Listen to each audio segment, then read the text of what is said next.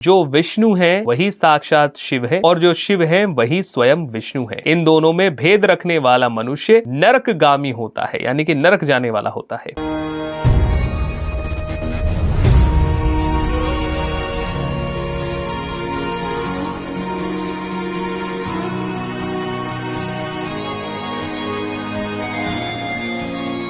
नमस्कार, मेरा नाम है अखिल और मुझे पौराणिक कहानियाँ सुनाना बहुत पसंद है।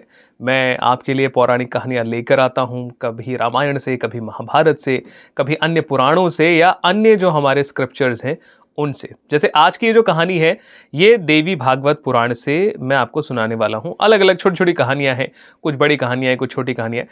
तो मैं शुरुआत करता हूँ देवी भागवत पुराण में। शुरुआत से तो नहीं आएंगे, लेकिन बीच में एक पॉइंट आता है श्रीमद् देवी पुराण में कि ब्रह्मा जी देवी से पूछते हैं कि आप कौन हैं। तो इस पर देवी जो उनसे कहती हैं वो मैं आपको सुनाता हूँ और फिर आगे क्या होता है वो मैं आपको बताता हूँ। देवी कहती हैं कि सृष्टि के प्रलय काल में मैं ना तो स्त्री हूँ, ना पुरुष हूँ और ना ही नपुंसक हूँ, परंतु जब पुनः सृष्टि होने लगती है तब मैं बुद्धि के भेद के कारण उत्पन्न हो जाती हूँ। मतलब मैं अलग अलग रूप में उत्पन्न हो जाती हूँ। देवी कहती हैं, संस्कृत में तो बहुत अच्छा श्लोक है लेकिन मैं आपको हिंदी में बताऊं तो देवी कहती हैं, मैं ही बुद्धि, श्री, धृति, कीर्ति, स्मृति, श्रद्धा, मेधा, दया, लज्जा, क्षुधा, तृष्णा, क्षमा, कांति, शांति, पिपासा यानी कि प्यास, निद्रा, तंद्रा, जरा, अजरा, विद्या, अविद्या, सभी चीजें जो हैं वो मैं हूं। यानी कि देवी कहती हैं जो प्यास लगती है वो भी मैं हूं और प्यास लगने के बाद जो संतुष्टि मिलती है वो भी मैं हूं। जो नींद आती है वो भी मैं हूं। क्षमा जो होता है, जो क्षमा की जाती है वो भी मैं हूं। और जो ज्ञान है वो भी मैं हूं। और तो और अज्ञान जो है वो भी मैं ही हूं, यानी कि वो भी देवी ही है। इस संसार में मैं क्या नहीं हूं और मुझसे पृथक कौन सी वस्तु है। इसीलिए आप यह निश्चित रूप से जान लीजिए कि सब कुछ मैं ही हूं। इसके आगे देवी कहती हैं कि निश्चित ही मैं समस्त देवताओं में भिन्न भिन्न नामों से विराजती हूं तथा शक्ति रूप से प्रकट होती हूं और पराक्रम करती हूं। मैं ही गौरी, ब्राह्मी, ब्रह्मा की शक्ति को ब्राह्मी कहा जाता है, ठीक है, मैंने सोचा आपको बता दूं। रौद्री जो कि रुद्र की शक्ति है, वाराही जो वराह भगवान की शक्ति है, वैष्णवी जो विष्णु भगवान की शक्ति है, शिवा, वारुणी, कौबेरी, नारसिंही और वासवी शक्ति के रूप में विद्यमान हूं और सब कार्यों के उपस्थित होने पर मैं उन देवताओं में प्रविष्ट हो जाती हूं। जल में शीतलता, अग्नि में उष्णता, सूर्य में प्रकाश और चंद्रमा की किरणों में जो ठंडकपन है वो मैं ही हूं। संसार का कोई भी जीव मुझसे रहित होकर स्पंदन करने में समर्थ नहीं है। यहां पर मुझे एक बहुत अच्छी कहानी याद आती है जो श्रीमद् भागवत पुराण में नहीं है, श्रीमद् देवी भागवत पुराण में नहीं है, लेकिन मैंने हाल ही में सुनी थी। एक समय आता है जब आदि शंकराचार्य हर मत को नकारते हैं, काटते चले जा रहे थे। तो वो शक्ति मत को भी काटने की, शक्ति जैसा कुछ नहीं है। लेकिन जब जिस समय ये कर रहे थे तो उस समय शंकराचार्य जी एक बार बहुत बीमार पड़ जाते हैं। इतना बीमार हो जाते हैं कि वो एक जगह लेट जाते हैं। तो एक वैद्य आते हैं उनको देखने के लिए, उनको देखते हैं, कहते हैं कि ठीक है आपको ऐसे ऐसे तकलीफ है, मैं आपको एक पुड़िया दे रहा हूं, आप इसे खा लीजिएगा तो आपको आराम मिलेगा। कोशिश यही कीजिएगा कि आप ये जो पुड़िया खाएंगे दही के साथ खाइएगा तो ज़्यादा फायदा मिलेगा। अब शंकराचार्य जी इतने बीमार कि उठ भी नहीं पा रहे थे। तब वो सोच रहे थे कि अब दही कहाँ से आएगा। उतने में ही एक दही बेचने वाली आती है। तो वो दही बेचने वाली से कहते हैं कि अगर मेरे पास ऐसा कोई पैसा नहीं है कि मैं ख़रीद सकूं, अगर आप मुझे थोड़ा सा दही दे देंगी तो मुझे औषधि लेनी है, मेरी सेहत के लिए वो अच्छा रहेगा। तो दही वाली कहती है कि ठीक है आप आ जाइए, दही ले लीजिए। तो आदि शंकराचार्य जी कहते हैं कि मेरे पास यहाँ से वहाँ आने की शक्ति नहीं है, मैं बहुत कमज़ोर हूँ।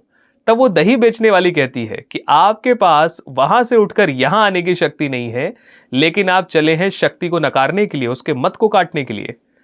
यहां पर आदि शंकराचार्य जी को समझ में आता है कि ये जो देवी हैं जो दही बेच रही हैं वो शायद स्वयं देवी हैं जो ज्ञान देने के लिए, सीख देने के लिए उनके पास आई हैं। और उसके बाद आदि शंकराचार्य जी ने सौंदर्य लहरी, कनकधारा स्तोत्र, बहुत सारी चीज़ें, बहुत सारे स्तोत्रों का निर्माण किया है देवी के लिए। तो देवी यहाँ पर भी वही कहती हैं कि मुझसे रहित होकर कोई स्पंदन करने का भी सामर्थ्यवान नहीं होता है। अगर शक्ति नहीं है तो बंदा हिल भी नहीं सकता, बाकी के काम तो छोड़ ही दीजिए। इसे मैं आपको बता रही हूं, इस प्रकार यदि मैं शिव को छोड़ दूं तो वे शक्तिहीन होकर दैत्यों का संहार करने में समर्थ नहीं हो सकते। इसीलिए तो संसार में भी अत्यंत दुर्बल पुरुषों को लोग शक्तिहीन कहते हैं। क्या कहते हैं? शक्तिहीन, की ताकत नहीं है। लोग अधम मनुष्यों को विष्णुहीन या रुद्रहीन नहीं कहते, उन्हें शक्तिहीन कहते हैं। जो गिर गया हो, भयभीत हो, निश्चेत हो या शत्रु के वशीभूत हो गया हो, वह संसार में अरुद्र नहीं कहा जाता, अपितु अशक्त कहा जाता है। आप ही जब सृष्टि करना चाहते हैं तब उसमें शक्ति ही कारण है, ऐसा जानिए। जब आप शक्ति से युक्त होते हैं तभी सृष्टिकर्ता हो पाते हैं। इसी प्रकार विष्णु, शिव, इंद्र, अग्नि, चंद्रमा, सूर्य, यम, विश्वकर्मा, वरुण और वायु देवता भी शक्ति संपन्न होकर ही अपना अपना कार्य संपादित कर पाते हैं। पृथ्वी भी जब शक्ति से युक्त होती है तभी स्थिर रहकर सबको धारण करने में समर्थ होती है। यदि वो शक्तिहीन हो जाए तो एक परमाणु को भी धारण करने में समर्थ नहीं हो सकेगी। शेषनाग, कश्यप और 10 दिग्गज मेरी शक्ति पाकर ही अपने अपने कार्य को कर पाने में सामर्थ्यवान होते हैं। यदि मैं चाहूं तो संपूर्ण संसार का जल पी जाऊं, अग्नि को नष्ट कर दूं, वायु की गति को रोक दूं। मैं जैसा चाहती हूं वैसा करती हूं। तो इस प्रकार से देवी ब्रह्मा जी को बता रही थी कि वो कौन है और शक्ति का स्वरूप जो है वो किस प्रकार से उनका स्वरूप है। अब एक आगे और बड़ी अच्छी घटना होती है जिसमें शिव और विष्णु जी की बात चल रही होती है। देवी आगे ब्रह्मा जी को बताती हुई कहती हैं कि आप एक बात और जानिए, अज्ञानी मनुष्य ही भेदभाव करता है, इसमें कोई संदेह नहीं है। जो विष्णु है वही साक्षात शिव है और जो शिव है वही स्वयं विष्णु है। इन दोनों में भेद रखने वाला मनुष्य नरकगामी होता है, यानी कि नरक जाने वाला होता है। ब्रह्मा जी के संबंध में भी ऐसा ही जानिए, इसमें कोई संदेह नहीं है।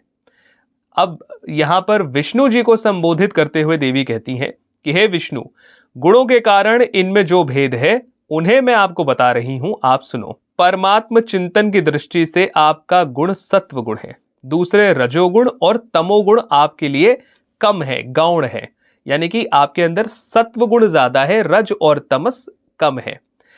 हे लक्ष्मीकांत, मेरे द्वारा आपको दिया गया वाग बीज, कामराज बीज और माया बीज मंत्र आपको परमार्थ प्रदान करने वाला है।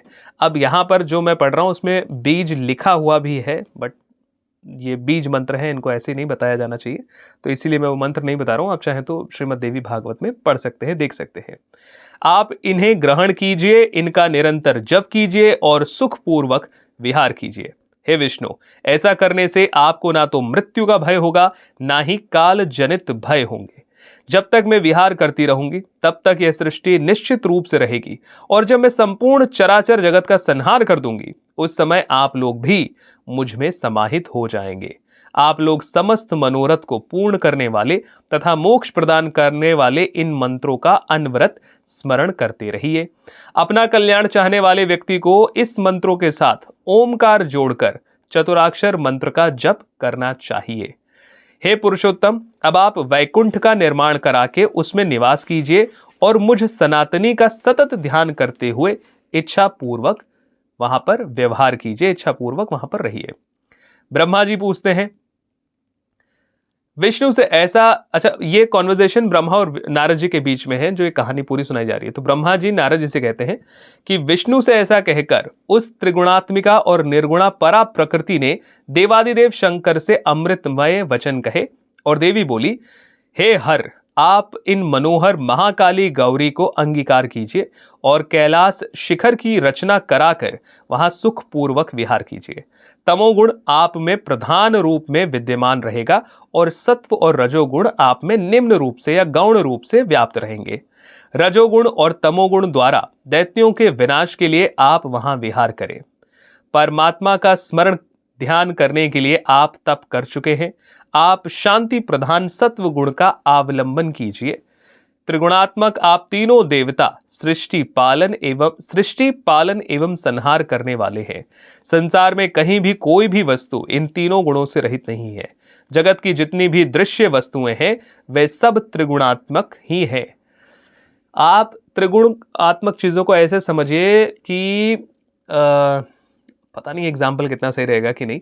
एक होता है सत, एक होता है रज, एक होता है तम। जब हमें आलस आता है, जब हमें नींद आती है, जब हमारा काम करने का मन नहीं करता, जब हमें गुस्सा आता है, तो ये तम गुण होता है। अगर कोई बहुत ज़्यादा आलसी है, बहुत ज़्यादा सोने वाला है, बहुत ज़्यादा गुस्सा करने वाला है, तो काफ़ी हद तक ये कहा जा सकता है कि उसके अंदर तामसी गुण ज़्यादा हैं। दूसरे होते हैं सत्वगुण। सत्वगुण होता है जिसमें आप अच्छा काम करें बिना किसी एक्सपेक्टेशंस के। लोग दान धर्म बहुत कर रहे हैं, किताबें बहुत पढ़ रहे हैं, अच्छी किताबें पढ़ रहे हैं, लोगों को अच्छी बात बता रहे हैं बिना किसी एक्सपेक्टेशन के। तो ये होता है सत्गुण, कि अच्छा गुण है, पॉजिटिव गुण है। और एक होता है रजगुण। रजगुण होता है कि कोई बंदा बहुत मेहनत करता है, बहुत काम करता है, ऑफिस के लिए काम कर रहा है, घर के लिए काम कर रहा है, दुकान के लिए काम कर रहा है। तो जो पुरुषार्थी है, जो बहुत ज़्यादा काम कर रहा है, वो होता है, वो उसके लिए कहा जा सकता है कि उसमें रजगुण की प्रधानता है। तो आप इसको इस तरीके से समझ सकते हैं। बाकी इसमें तो बड़ा कलिष्ठ हिंदी में और बहुत डिटेल में समझाया गया है। कई बार ऐसी बातें हैं जो हमारे सर के ऊपर से निकल जाती हैं, समझ में नहीं आता। तो इस प्रकार से तीनों लोगों के बारे में देवी बताती हैं कि आप ब्रह्मा जी से कहते हैं कि आप महासरस्वती का वर्ण कीजिए, विष्णु जी से कहती हैं महालक्ष्मी, और शिव जी से कहती हैं महागौरी। और ये जो कहानियां हैं देवी भागवत पुराण की, बहुत सारे लोग अगर सुनेंगे तो कहेंगे कि यार हमने तो ऐसा कभी सुना ही नहीं, हमने तो कुछ और ही देखा है। हमने तो सुना है कि विष्णु जी से पृथ्वी आई है, कुछ लोग कहेंगे कि हमने सुना है शिव जी पहले आए, फिर विष्णु जी आए, फिर ब्रह्मा जी आए। तो वो ये जो डिबेटेबल चीज़ें हैं, इस पर कभी हम आराम से इत्मीनान से बात करेंगे। खैर आगे बढ़ते हैं। देवी शंकर जी से कहती हैं कि हे शंकर, समय आने पर मैं श्रेष्ठ रूपा ही वो सगुणा और निर्गुणा हो जाती हूँ। मैं सर्वदा कारण हूँ और कार्य कभी नहीं। मैं किसी कारण विशेष से सगुणा होती हूँ तो उस परम पुरुष के सानिध्य में निर्गुणा रहती हूँ। इस प्रकार से अहंकार मेरा कार्य है और त्रिगुणात्मक रूप में मैं प्रतिष्ठित रहती हूँ। तो ये सारी कहानियां आपको श्रीमद् देवी पुराण में पढ़ने को मिलेंगी। अगर आप चाहते हैं कि मैं और कहानियां लेकर आऊं तो मुझे ज़रूर बताइएगा। मैं आपके लिए श्रीमद् देवी पुराण से और भी बहुत सारी अलग अलग कहानियां लेकर आऊँगा। लेकिन फिलहाल के लिए इतना ही। तब तक के लिए बने रहिए हमारे साथ। मेरा नाम है अखिल। नमस्कार।